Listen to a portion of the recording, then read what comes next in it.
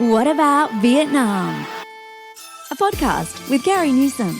The series where Carrie talks with travellers about their experiences and adventures. Find out more about Vietnam from the people who have actually been there. What about Vietnam? Whether it's adventure, exploring the culture and cuisine, shopping, or just soaking up the sun. Let Carrie and her travellers pave the way for a magical holiday in Vietnam. What about Vietnam?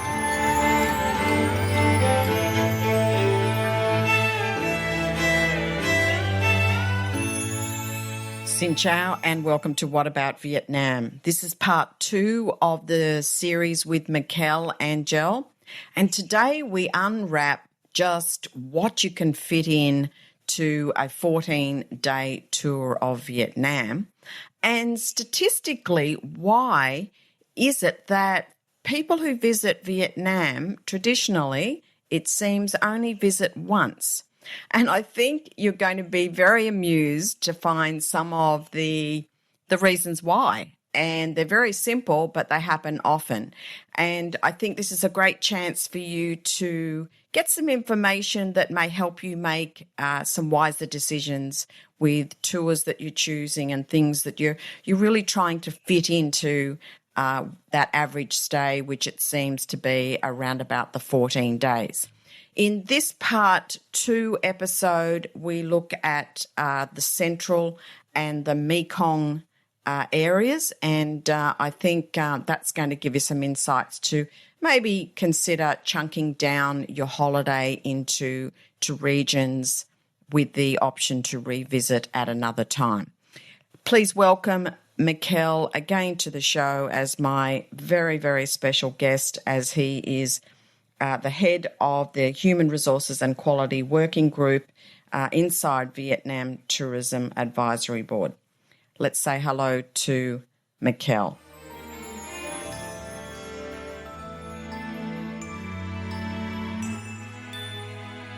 Hello, good morning, good afternoon, good evening from wherever you are listening to this podcast. This is Miquel Angel talking to you from Vietnam in Carrie Newsom program. It's my pleasure just to be here. Hope you enjoy our talk today. Miquel, it is absolutely wonderful to have you on the show and just to have time with you to unpack some of the things that we've been talking about Vietnam and tourism to Vietnam. So welcome to the What About Vietnam podcast. Thank you very much. My real pleasure. I'm one of the regular listeners and followers. I'm learning a lot from the people who participate and come to join. So I'm happy just to be here and share my few bits and bats after these 22 years working and developing here tourism in Vietnam. Okay, Miquel, tell us a little bit more about your role within the Vietnam Tourism Advisory Board, just so we get context of, what keeps you busy. Absolutely, yes. Well, that I will say this is something that came naturally to me. I'm originally from near Barcelona in Catalonia, Spain, where we developed the tourism many years ago. So being here in Vietnam, working in tourism and hospitality, after several years, arrived to a point that the authorities, the Ministry of Culture, Sports and Tourism here in Vietnam, they contact me and they say that, Miquel, we would like you to be one of our members at the Vietnam Tourism Advisory Board, which is an entity that was created just to advise the ministry on everything related to tourism. So inside that board is not me only, if not we have a large team of professionals that we are learning from all the different parts of the world. We have different working groups, some related to marketing, some others related to the visa policies. You may see, if you know Vietnam or you've been here, like Terry, that the visa issue is starting to get better. Some countries are visa exempt. Some others, they have less paperwork and less red carpet. So we are some working on that behind the scenes. Even you don't see as much. We keep working and making good things for Vietnam. And there is other people working on the marketing side. So if you take a look, for example, at the website we did develop with a team called Vietnam.travel, you will see there a lot of new upgrades with my lovely friend Esther, that I think you also know, Carrie. We've been developing and including their hashtags and content and pictures, and it's a very good, nice way of coming virtually to to Vietnam, because you will see there the real things that we are doing here. Some other chapters, they are working more on paperwork, means letters that we send to the Ministry of Culture, Sports and Tourism and the Vietnam National Administration of Tourism. Also to the Prime Minister, we address some letters to him because we want him to be aware of what to do. And last but not least is the working group I'm heading, that I'm in charge of the human resources, which these days is really, really huge point here, plus quality working group. And this quality, we include there environmental, circular economy, and back for Vietnam. You pack a big punch as far as talking about. There's Right. a lot involved, and just the little bit that I know about the board, it has evolved. It has truly evolved, and just seeing what you've done with the website, what you've done with visas, and I think we're going to unpack a little bit more about that in this show. The one thing that came up in our chat when we were talking about doing the show together was we were talking about the traveller that comes to Vietnam, unusually so, only usually comes once. And we talked about that in comparison to other travellers who go to, say, Thailand, and they go to Phuket, Bali, maybe even Singapore, Hong Kong, and other major places in the Southeast Asian region. But they tend to be frequent visitors. They go back several times. But you inform me that that is actually not a statistic about the average tourist to Vietnam, that they come once and they don't tend to come back again. And between you and I, we think that is an injustice to Vietnam, and they're missing out on a lot of things. Am I right? Yes, you are right. And I was thinking a couple of years ago here that we were not treating the arrivals and the visitors so well. That's why the people was not returning back to Vietnam, because aside from Vietnam, I've been working in Thailand and living there, in Laos, in Cambodia. And that was a question, why people repeat their trips and go to other destinations 1, 2, 3, 4 times. And here to Vietnam, you come once in a lifetime and never return again. When the people, the scenery, the food, the resources, the attractions are huge. And you cannot finish in one trip unless you are here in Vietnam for 2 or 3 months. So to bring this into the scene, I will say the average traveler time that people come to visit Vietnam, either from Australia where you are, either from Europe when I'm coming from, or United States, is approximately 14 days, let's say 2 weeks, day up, day down. And you have to consider that depending from where you're coming from, you have the first day or 2 controlling your jet lag. You're coming from Europe, you are 17 hours on a plane. You're coming from the US, either via Japan and San Francisco, either from New York coming to Europe. Here you spend more than a day on a plane. So when you arrive here, the first thing you want to find is a bed in your not noisy hotel, if possible, and control a bit your jet lag. From Australia, you have a bit less hours, but depending also from which part of Australia you want to visit Vietnam. So that said, let's say that if you are planning to have your 2 weeks holidays, because your job, because your summer break or whatever, the first day is flying and controlling your jet lag. So we are moving now to 13 days, and let's not make any second or last day jet lag. Let's say that during the first day, you are a good traveler, you drink a lot of water, you do what you have to do, and you are ready to go on the second day, day 13 there. So what now the tour operators and travel agents are doing, and Carrie, you know much better than me, is preparing, of course, beautiful programs for these 13 days or 13 nights that you will be here in Vietnam. And I've been working, preparing that programs and following the tour guides doing that programs, because I do want to see the reality of what the tour guides and the tour operators and DMCs are doing. It's not that I say, I read, I saw a brochure, and I never, no. I go and suffer with them at 50 degrees Celsius under the Hue Citadel, and I go and queue to go to the toilet on that destination that is crowded, full of Chinese visitors, and that's my job. That's what I do, and enjoy. I'm worried when I say I enjoy, because I really enjoy doing that with my beautiful little student or professional tour guide by my side, which I love them very much. We have excellent talks. The tour guides can change the way you see Vietnam forever. Absolutely. A lot of attention to them. Absolutely. And I think keeping it real for people is key. And it's something in this program that I want to continue doing. So you saying that you actually go along and follow the tour guides, you sit in the buses, you queue up at the toilets, etc. That's to give a really good appreciation of what a tour is trying to jam pack into a day by day. So let's just flesh that out a little bit more, because in traditional tours of that type of 14 days, they're also not seeing just one location. They're usually seeing maybe 2 or 3 locations. And as we both agreed, those hops from, second to third to fourth place also eat up time, because, people say, oh, look, it's only 100 kilometres, in a bus. That can't be too bad. Now, you and I both know that some of those roads and some of those buses are terrible. And 100 kilometres on a fantastic freeway, sure, no problem. But if it's going into maybe some of the northern regions, up into Mai Chau or some of, Ha Giang, and they are exquisite destinations, but they probably take 8 hours. Well, this 2 hours bus trip can ruin the whole of your trip if you are not prepared, ready, or know what is going to happen. Happens to me a lot.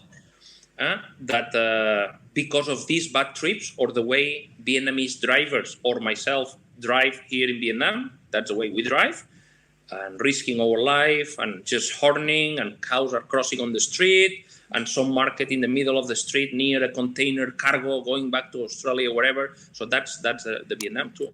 So the point here, linked to the small explanation before, if we need to prepare a 13 days trip, and you are telling me that you have 13 days to visit the whole country, let me revert that question back to your most Australian listeners.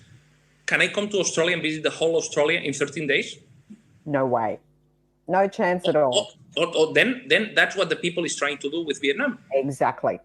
And that was what rang a bell with me, and when we started talking, and is to me the real guts of this story is people trying to jam pack a whole country, a long skinny dragon of a country, where it's just not achievable. So people leave with an impression of Vietnam, which is like, it must be like a snapshot. I mean, I can remember back, I think the very, very first trip I did was like back in, 2007. And I'm married to someone in the army. And I did this traditional, what we're talking about, a top to bottom trip. And he said to me, that sounds like a reconnaissance trip. He said, you're going to see where you need to go back to, where you want to spend more time, where there are day trips you can do from those. And I said, exactly. But you and me today, I think we really need to unpack that for people and explain that that's kind of logical.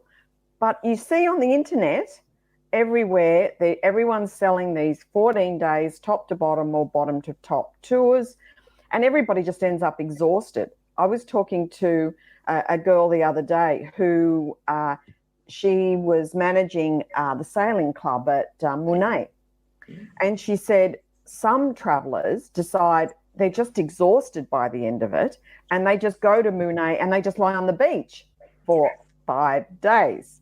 And then they make that their lasting memory. And she said, but they come back every year. But they were smart enough to do this. So on this basis, today, let's unpack a 14-day trip, and let's unpack it into some regions and talk about it from that context so that we can give my listeners some reality to what to expect. So let's start with 14 days. Where should people start? If we're not going to give them the reconnaissance trip, where should they maybe start to get a really good feel for Vietnam, in your opinion? Right. I would say if you are coming here to Vietnam, you either arrive to Ho Chi Minh City or Hanoi from international destination. And some flights are now starting to go to Da Nang, but doesn't really matter. It is also a good option. So you go to Ho Chi Minh City and visit south and central part of Vietnam, or you go Hanoi and visit the north and central part of Vietnam, wherever your choice is. So let's give a short flashback on south part and another one on the north part, and from there we develop more or we see what's going on there. When you arrive here to Ho Chi Minh City, the airport at the moment is located inside the city, so it's quite fast. In half an hour you are in the city center there. What are you doing? There are plans in the future to do a new airport, but still on the plans too. So here in the south part of Vietnam, aside of Ho Chi Minh City, that you have at least, I would say, 2 days to visit a bit some of the museums and some of the things you're having. You have the Mekong Delta, which is a place that is not to be missed, because the Mekong Delta, I will say, is what they call the granary of Vietnam. There are 20 million people living there, producing rice, fish farms, coconut industry, which is huge. And you have 2 or 3 days just to get lost there and do your bicycle, do your boat, do your guerrilla, mangrove check. And if you come there only for a day trip, you are missing the essence of that Mekong way of living. I don't want you just one day to go in the morning and try some coconut candy, buy 2 postcards, get into a ox or a small donkey there and return back to your country. That's the Mekong. Don't forget the photo shoot. Absolutely. With a selfie and all the rest of it, and get that out quickly. You've got 15 minutes to do that, and then it's back on the bus. Yes, and that's the Mekong Delta visit that you did. Oh, fantastic. In 3 hours. So that's a day that you can get lost there. Now, at this point in time, some very nice hotels next to rivers. This Mekong area, they call it like 6 tongues, where you can stay, cycle, get lost, get some minorities also, the Cham people who are living in southern Vietnam. So that's the Mekong side. More attractions here in the south can be Tai Ninh, for example, which is exactly the spot where the Cao Dai religion is and where all the monks related to that religion. So it's spectacular to go there and see the way they pray, the churches, the day of life they have, and sit down and have a drink with them. Where is this, Miquel? This is Tai Ninh province, which is a bordering Cambodia province, 2 hours from Ho Chi Minh City. New corners. I love when you discover new corners you've never been. Maybe your next visit to Vietnam, we should take a ride and go there. Absolutely amazing. I bring people there, not many, because I cannot fit this in a 13-day program. That's a problem. So more things you want to see here in the south part of Vietnam is the famous Co Chi tunnels, where you can observe there how the Vietnamese guerrilla, they went underground with the tanks. Even if you want to shoot there in a very safe area, do some shots, it's nice to see that and see how the Co Chi local guides explain to you what happened to them and their families. If we stay in Saigon for a moment, I think sometimes the first impression of the city is only District 1. And it took me several trips to understand Saigon has more sides to it. A little bit like Paris has districts, Saigon also has other districts. You know, there's the Chinese, the Tan Dinh, there's, really, I did an episode with a travel writer, Samantha Kuma, who came on, and she was able to pick about 5 districts that somebody normally who just gets off the plane, gets straight to, because as you say, they're exhausted, their first impression of Saigon is just a crazy mess. It's just a hubba, and, 3 trillion bikes, but they haven't actually traverse the city itself to some of the more sedate and some of the more interesting, especially by the river. They've spent so much money on developing some of these areas. It's a shame. And the other thing I want to mention about Saigon, which also took me a few visits to get right, was to understand the shopping side. Now, I know I'm talking to a male and there's a shopping, probably a part of your brain switching off at this point, and probably for any male listening. But there is some unique opportunities to experience some artisans that are creating some really amazing stuff. And there's also some great social enterprises that are selling some really unique stuff. So if you want something from Vietnam that doesn't say it's made in China, then definitely you've got to kind of delve in a little bit deeper into that area. I want to draw also everyone's attention to what I call the cafe building. Now, likewise, that is a place that you'll see a lot in your Instagram photos, etc. You wouldn't probably get in the lift to go up into that building. You're nodding. Yeah, I agreed. So you have to walk up the stairs, but it is worth the trip to walk up those stairs, because around every single corner there was something unique, something different, whether it was a coffee shop or a boutique or something. Like, that building just has evolved into this, treasure trove of places. So, and there's some where you walk past and the door is very, very small. And if you walk past it, you've missed it. So you've got to go up those stairs, and you've just got to delve a little bit deeper into the city, rather than just, as you said, making sure you hit 4 temples, Bentan markets, tick, tick, tick, tick.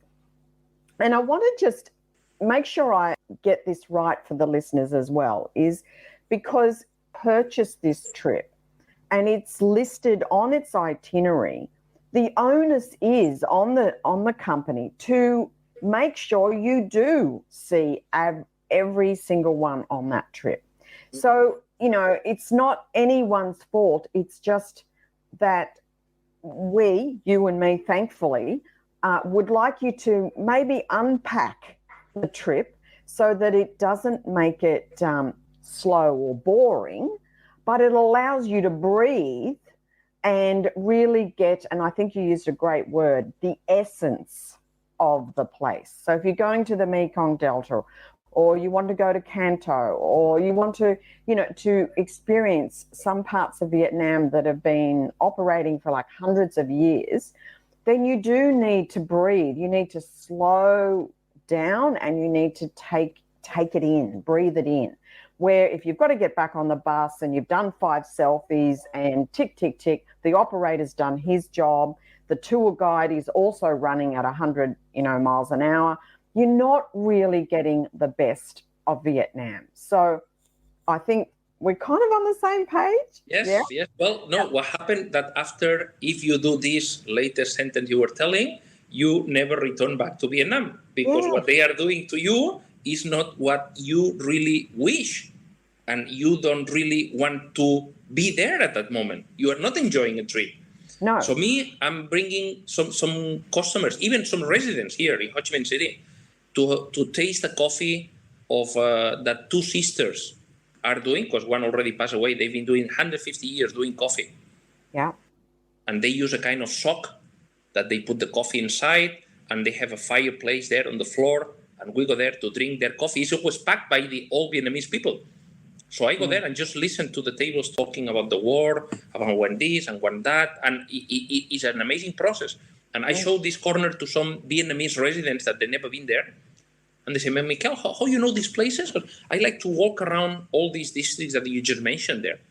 And aside of that, there is a very nice colleague here in Ho Chi Minh City that they published already 2 books here on the corners, and unknown corners here in Ho Chi Minh City, and what that buildings were during the French, the US war era, and the Vietnamese. So that's really, really an experience just to go there walking. That's some walking. You don't need a tour guide if you don't want.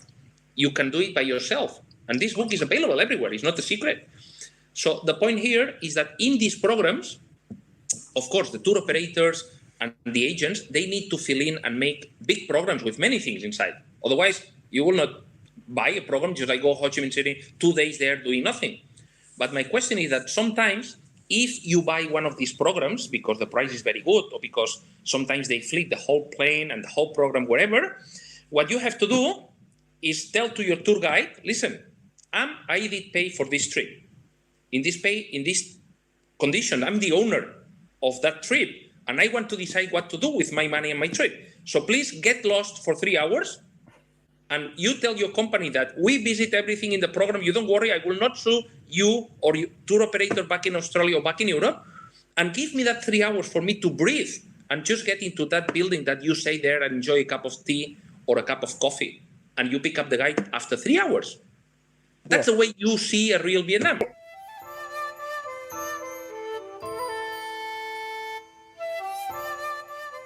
I sell these tours to travel agents in Vietnam, to Vietnam.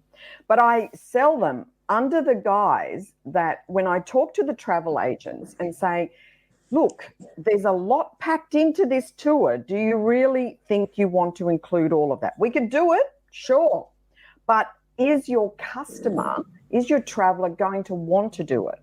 And then I have, a bit like you, just to be a mystery traveler in a group, I have joined the group. So say I catch up with them and they're halfway through. So they're in Hoi An. Mm-hmm. It is 50 degrees in the shade.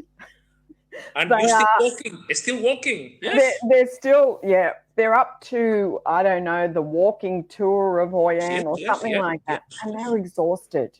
They're just going, we just want to have a day rest. And I actually had to remind some of the travelers and say, if you do not want to do what the tour guy says, you can say, you know what, I'll meet you back here at 4:00. And you know that beautiful coffee shop you were talking about before? Go back and have a coffee there. Just sit and people watch. Just take it in. You are not obliged to literally go and do everything. And they said, oh, can we just do that? And I went, yes. Absolutely you can. The tour company's trying to give you everything if you want it, but you don't have to do it. And as you say, you're not going to sue the company and blah, blah, blah. Correct. But there are some people who don't, if they don't get everything ticked on those boxes, Miquel, they do get up in arms and they go, you know, I bought this tour package and it said we were going to do 4 temples and la, la, la, la, la. If they don't get that, they're unhappy and they're unsatisfied. Yes. And all the rest of it. But I think it's a nice idea, like you said, for people to be reminded they have choice and they have the ability, master of their own destiny, to say, hey, thanks for the offer, but I'm just going to chill out here and I'll come back and pick up that, oh, yes, I'll do that show in Hoi An, the AO show, say, for example, that might be included in the tour. And we'll do that. But in the meantime, we're just going to go off and do our own thing. You're totally entitled to do that. Yes. But these people were aghast. They couldn't believe it that they could make their own choice. And I said, go. Just tell the tour guide that that's what you're doing. So he's accounted for you. And then off you go. I think here in Vietnam, sometimes it's kind of strange that the person who's paying for a trip, call it whatever amount of Australian dollars or euros or US dollars, whatever there, you are paying for something that you arrive to a destination there and looks like you have no rights anymore. You are paying not a cheap tour. We're not talking about here $100. You're paying an amount of money here, including your flight, your hotels, wherever there. And sometimes you have no time to go and sit down 1 hour to have a fresh beer at 50 degrees Celsius. So you have to ask permission, like to the tour guide, to say, can I please sit down here for an hour and sip this beautiful Vietnamese fresh beer, 1, 2, or 3, or 5? I know Australians, you don't drink 1 beer. I do. And come to pick me up, not in 3 hours, in 6 hours. Go home and forget about my dinner. I already paid for it. So probably the restaurant is already happy because they already received money. And you sit down there to eat some chicken feet with me or with Kerry. That's lovely experience. So happen rarely. And I know that because I've been on that tour there. And I see the people excruciating, really hot. Don't forget, we're in a tropical country, and hot means really, really hot and make your beautiful white skin really, really lobster red color. Don't play with the sun, even in the morning. You don't go to the beach here in Vietnam from 9 a.m. to 3 p.m. ever. Sometimes some of us, we say, yes. I'm used to the beach. I go there in Australia, in Europe. I go to the beach. You don't go to the beach in Vietnam at that time. Zero Vietnamese there. We go beach 6 a.m., 8 a.m., or 4 p.m., 6 p.m. for a reason.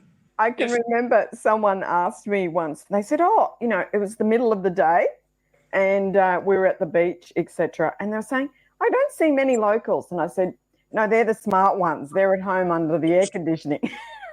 So if we talk about the South, I really, really want to put in the episode notes the name of the place near Cambodia. So I'll get that off you later. Correct.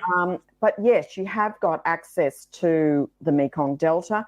I mean, even a river cruise, there are some wonderful river cruises to take in that region as well. But once again, things, not that you have to be rushing because we've got to fit in the Coochie tunnels and we've got to do all this kind of stuff all in this 14 days. Because I think if we can get the traveller to have something left out, they will come back and they'll say, gee, we only saw this part and it was full on.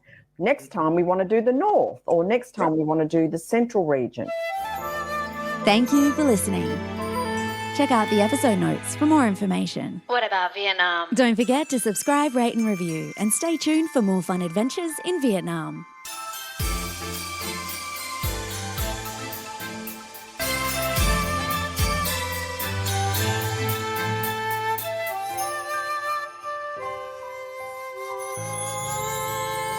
What about Vietnam?